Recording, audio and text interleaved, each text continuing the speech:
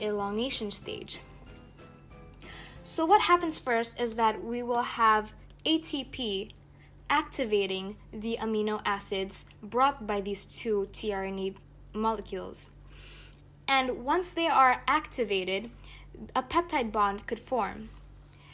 And the peptide bond will form between the two amino acids. And as you can see, due to the formation of this peptide bond, the amino acid will kind of be released from the tRNA molecule, from the first tRNA molecule.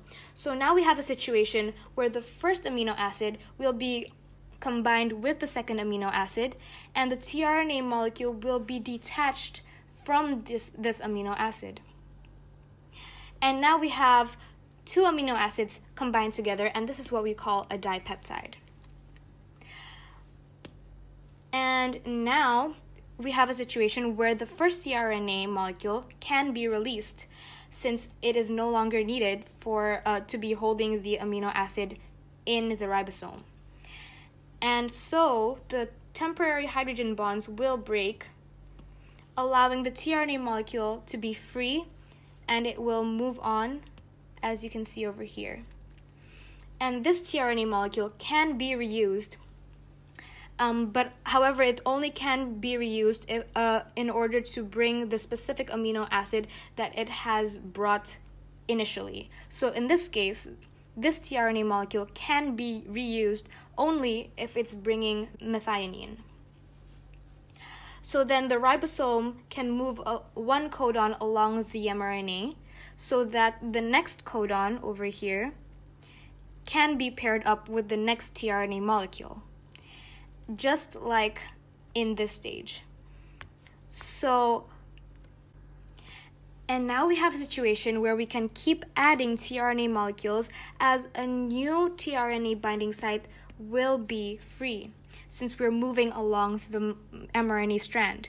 So as the ribosome moves one codon along each time, we will then leave this first codon, and we will then make room for another codon.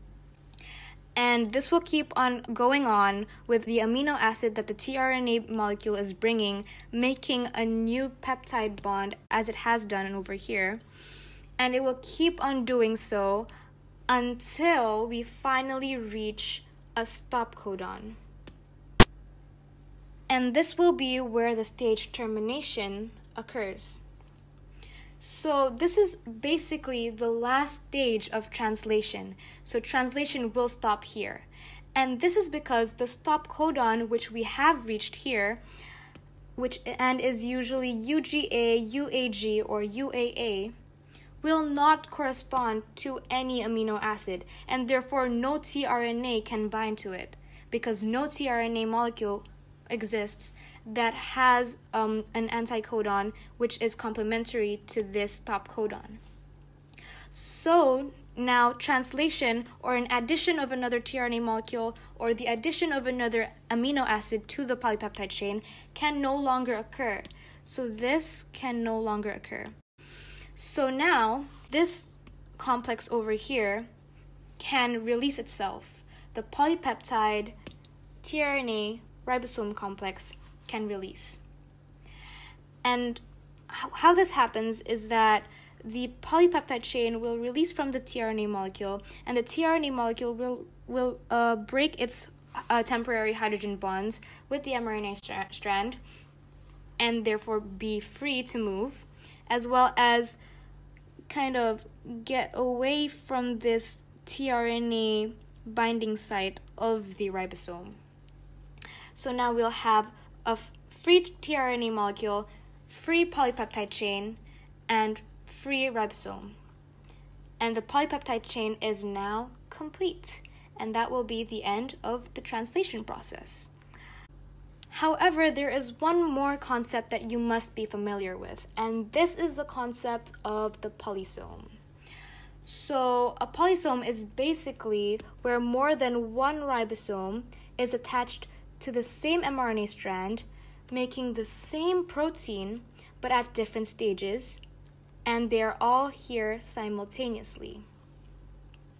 So what we will end up with is an mRNA strand with multiple ribosomes attached to it and making the same amino acid chain. For example, over here we have 2, here we have already 4, maybe here we have that much, and over here we have even more. So this is what I mean by having them make an amino acid chain at different stages, because they're basically working towards the same goal, which is this one, but they've started at different times, and therefore they have different products at any one time.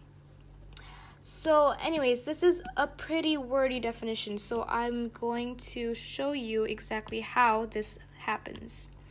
So if we have our first ribosome at the start codon, and we'll have it move along the mRNA strand, the further it moves along this strand, the more amino acids we'll have on its chain. So for example, if that's the methionine, this one's the methionine, we'll continue to have more amino acids added as it moves along the mRNA strand. Then this will make space for another ribosome to attach itself to the start codon where translation could start, and it will have the methionine coded. And then these two ribosomes will continue to move along the mRNA strand and forming even more amino acids, adding more amino acids towards this chain. And this one will also follow, moving along the mRNA strand. And it will be essentially working towards the same protein. So if here we have green, purple, pink, and yellow, this one will also be working towards green, purple, pink, and yellow.